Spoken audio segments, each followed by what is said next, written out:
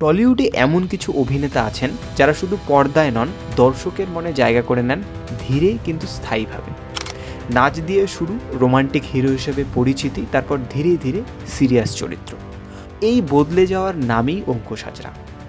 আজকের এই গল্প শুধুই একজন তারকার নয়, এই গল্প একজন শিল্পীর যিনি নিজেকে ভেঙে গড়তে শিখেছেন।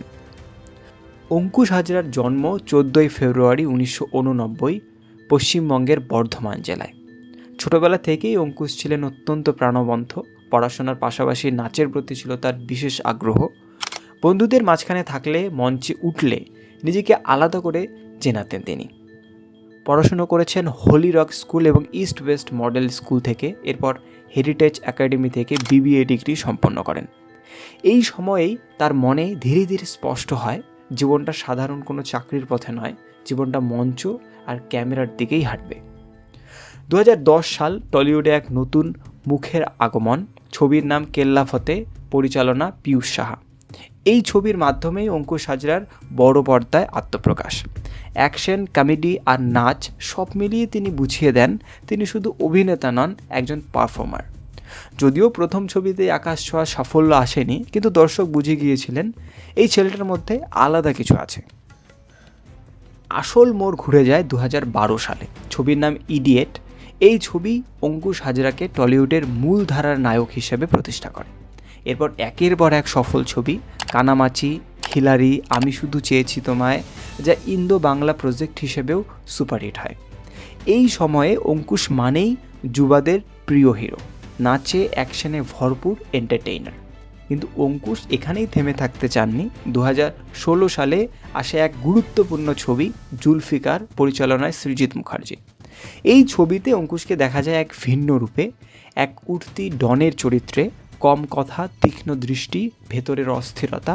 সমালোচকরা প্রথমবার বললেন অঙ্কুশ শুধু হিরো নন, অভিনেতাও। পরবর্তীতে তিনি ওটিটি প্ল্যাটফর্মেও কাজ করেছেন, যেমন ওয়েব সিরিজ শিকারপুর এবং কেস জন্ডিস। এছাড়াও কিছু মুভি যেগুলো বেসিক্যালি ওটিটি প্ল্যাটফর্মে রিলিজ হয়েছিল, সেগুলোর মধ্যে সেভিংস অ্যাকাউন্ট, ভয়, উত্তরণ। এই ছবিতে তার অভিনয় আরও পরিণত হয়। এই পরিবর্তনের স্বীকৃতিও আসে IBFA awards, films and frames digital award এবং 2023 সালে মহানায়ক সম্মান পশ্চিমবঙ্গ সরকারের পক্ষ থেকে।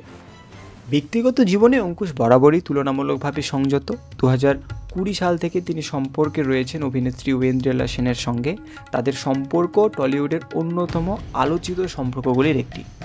পুরস্কার বা জনপ্রিয়তা নিয়ে মাঝে মধ্যে সমালোচনা এসেছে, কিন্তু অঙ্কুশ কখনো আক্রমণাত্মক হননি, বরং নিজের কাজ দিয়েই উত্তর দেওয়ার চেষ্টা করেছেন। 2022 সালে অঙ্কুশ হাজরা শুরু করেন নিজের প্রযোজনা সংস্থা অঙ্কুশ হাজরা মোশন পিকচার্স। 2024 সালে মুক্তি পায় মির্জা পার্ট 1 জোকার। এই ছবির মাধ্যমে তিনি অভিনেতার পাশাপাশি প্রযোজক হিসেবেও আত্মপ্রকাশ করেন।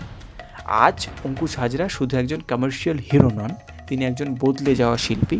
তিনি ঝুঁকি নিতে চান। অঙ্কুশ হাজরার গল্প আমাদের শেখায় সাফল্য মানে শুধু জনপ্রিয়তা নয়, সাফল্য মানে নিজেকে বারবার নতুন করে তৈরি করার সাহস। স্টারডমের আলোয় দাঁড়িয়েও তিনি নিজের সীমা ভাঙতে চান। অঙ্কুশ হাজরা ঠিক সেই রকমই একজন শিল্পী। এই গল্প এখনও শেষ নয়, কারণ বদলে যাওয়ার নামই তো অঙ্কুশ হাজরা।